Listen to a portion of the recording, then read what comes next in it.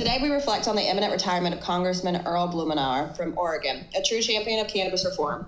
Since 1973, when Oregon first decriminalized cannabis, Blumenauer has been at the forefront of advocacy, tirelessly working for federal legalization. His optimism was infectious. He often stated, "This year, more likely than not," when discussing cannabis reform, a sentiment that fueled his decades-long fight against the war on drugs. Blumenauer's legislative achievements are remarkable, including the 2012 blueprint to legalize and regulate cannabis and the 2014 Blumenauer Amendment, which protects state medical cannabis laws. As co-founder of the Congressional Cannabis Caucus and the driving force behind significant legislation like the MORE Act and the Medical Marijuana and Cannabidiol Research Expansion Act, Blumenauer has shaped modern cannabis policy. He continues to advocate for key initiatives including the Safe Banking Act and the Veterans Equal Access Act.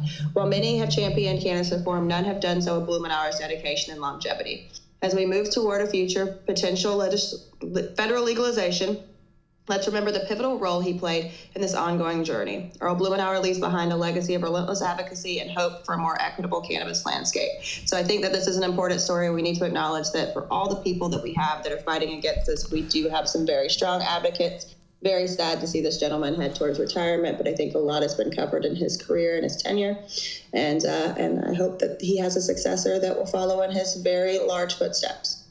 Mm-hmm. Much love and respect to Congressman Earl Blumenauer. He's been a great friend over the years, true champion when it comes to cannabis policy reform. And I am sad to see that he is going to retiring from Congress, especially the fact that we have not descheduled cannabis, but because he is one of our champions for descheduling in Congress. I want to send much love to him, his staff, everybody out there on the Hill.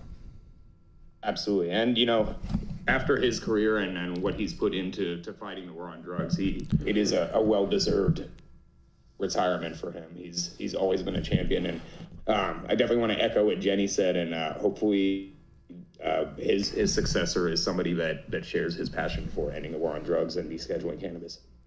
Well, judging by his district, I'm sure he will, because he's out of Portland, Oregon. I think that would be a prerequisite just to be nominated in his district for that seat. Probably. Just saying.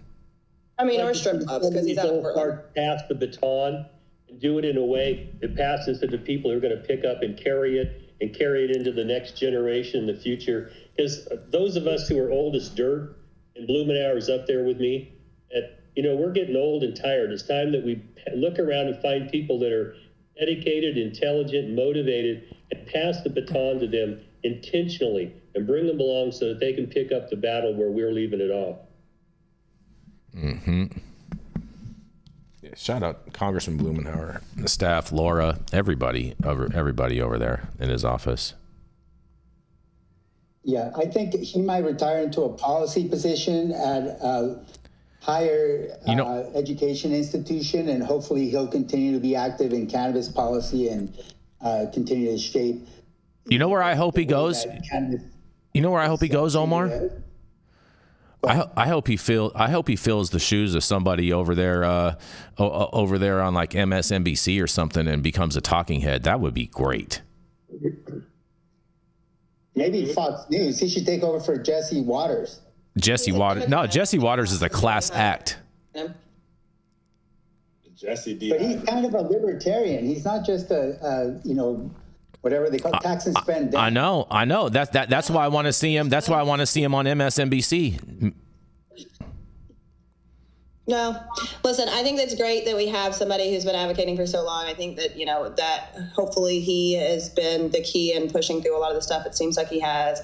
And hopefully his legacy will continue on. And it's something that we can all agree about, right, left, and wherever the hell Rico stands. And so, yeah.